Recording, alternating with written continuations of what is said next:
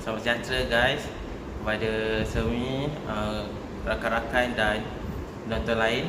Baiklah, hari ini saya akan menerangkan soalan banyak episod 9. Yang soalan pertama dia adalah dia telah memberi graf velocity against time. Dan soalan pertama dia adalah untuk calculate the displacement of an object during 0 to 6 second and 6 to 10 second. Maksudnya kerja dia kena buat dua benda asing, bukan sama. Jadi kita tahu yang kalau velocity against time, displacement dia adalah area under the graph. Maka kalau kita start dengan kosong hingga 6 saat, kita tulis macam ni. So 6 second. Displacement dia adalah area under the graph, iaitu kalau kita tengok, kita boleh nampak di graph, iaitu 5 darab 6. 5 darab 6 dan kita akan dapat total 30 meter. Meter sebab dia itu adalah unit SI bagi displacement. Seterusnya kita akan cari yang untuk 6 ke 10 saat, 6 to 10 second, yang kalau kita tengok dia adalah segitiga.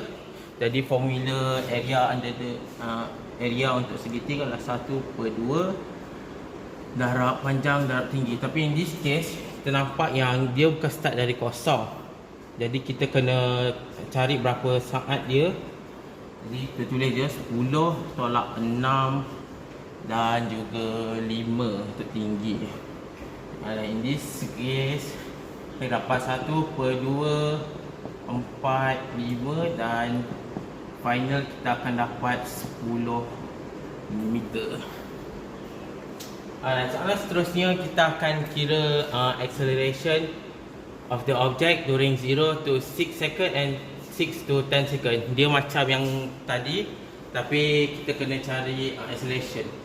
Dan kalau bagi graph velocity against time, acceleration dia adalah gradient graph velocity against time. Dan kita akan start dengan 0 to 6 second, yang kalau dilihat sini adalah dia punya gradient adalah straight line. Maka kalau dia straight line, 0 to 6 second adalah 0 acceleration sebab dia tak ada gradient. Dan seterusnya adalah 6 to 10 second. Alright, 6 to 10 second ni ada dia punya gradient. Kalau nampak sini dia condong ke bawah. Dan kalau condong ke bawah, kita kena formula macam ni lah. A sama dengan V tolak U per T. Alright, V dengan U ni adalah acceleration. V adalah acceleration terakhir dan U adalah initial acceleration. Dan kita boleh lihat dari graf sini, initial acceleration dia kat sini adalah U, kat sini adalah V. Jadi kalau graf ni perlu tahu yang V adalah kosong dan U adalah 5 dan T adalah yang ni lah, macam tadi kita kira untuk 4 saat dan kita cuma hanya perlu kira. Dan ni kalau dikira kita akan dapat negatif 5/4 ataupun sama dengan negatif 1.25 ms negatif 2. Seterusnya soalan ketiga, dia minta sketch the graph of displacement against time describing the motion. Baiklah, graf yang diberi kita tadi adalah velocity against time, dan kita sekarang ni diminta untuk melukis displacement against time. Jadi kita kena tulis dulu displacement against time graph. Lepas tu baru kita tulis atasnya lah SM sebab tu unit dia, dan ini adalah CS.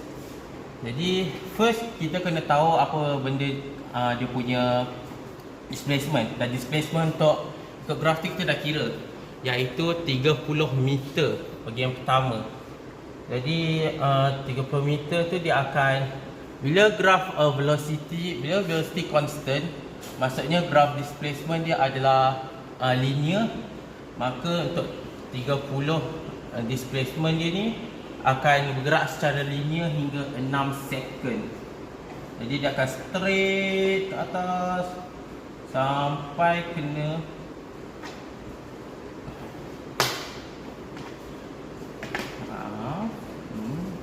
6 second, dia akan sampai sini.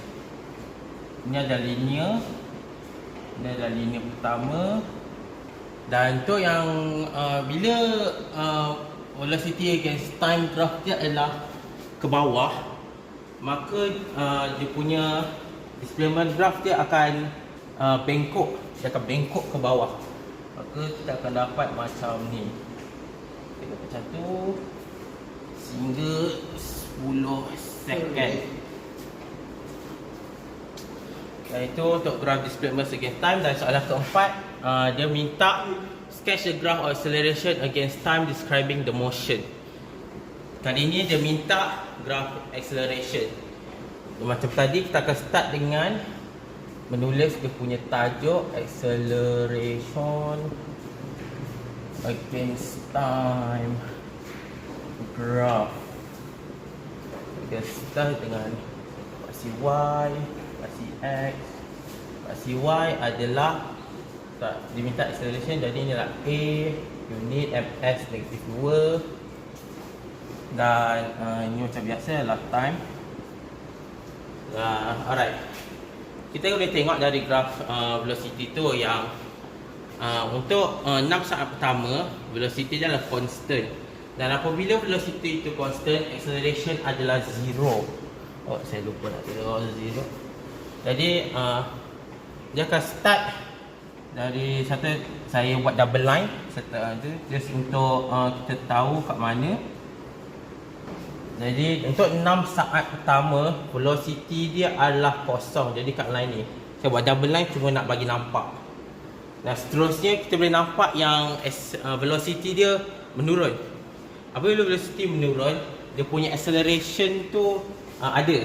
Dia acceleration ada, dia akan pergi ke negatif sebab dia turun, maksudnya dia decelerate. Kalau graf dia, kalau acceleration dia akan turun ke bawah. Macam ni, kita tarik sikit. Kita tarik sikit ke bawah.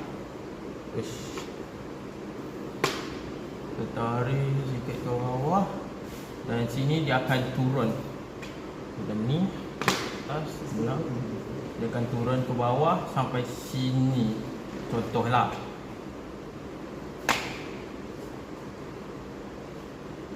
Jadi ini akan jadi 10 saat. Jadi kita kena tahu berapa dia gradient dia untuk deceleration. Dan kita dah cari tadi, iaitu negatif 1.25. Jadi kita akan tulis je kat sini 1.25. Dan ini adalah untuk graph deceleration bagi soalan ini. Sampai situ saja.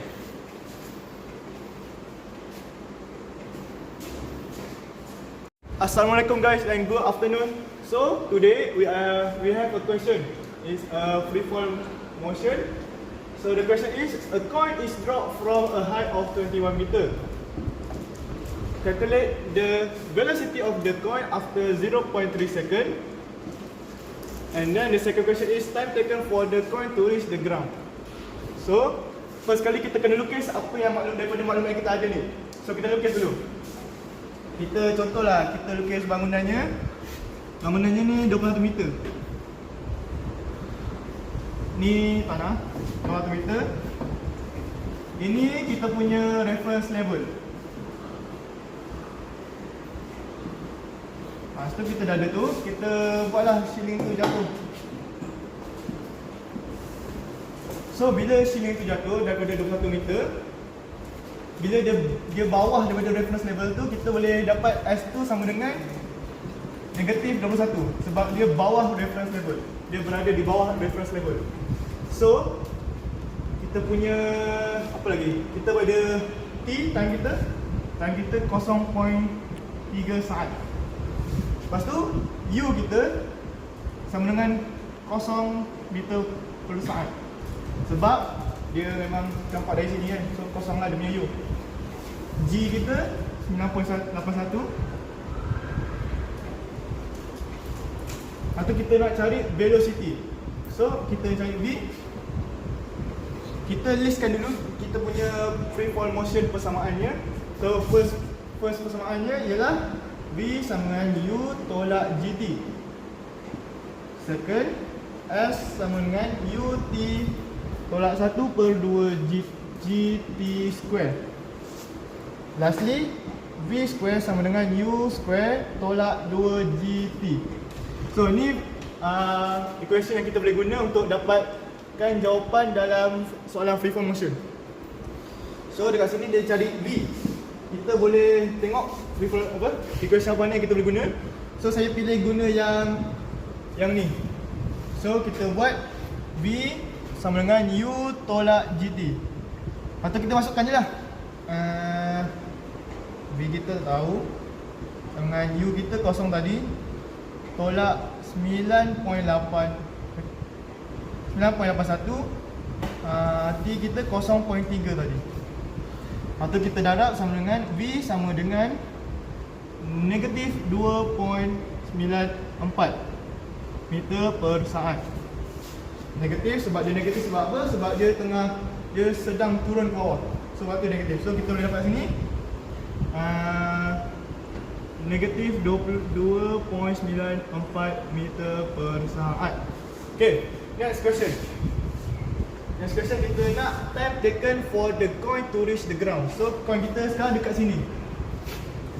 Kita nak cari time ni berapa? So kita tengok dekat sini, kita boleh guna equation mana? Saya pilih yang ni. So kita salin balik equation tu. S sama dengan UT tolak 1/2 GT square. Bila dah ada ni, kita masukkan balik maklumat kita yang ada kat sini. So S kita negatif 21, U kita kosong, T kita tak tahu, tolak 1/2 9.81 T square. Okay, so kita settlekan ni dulu.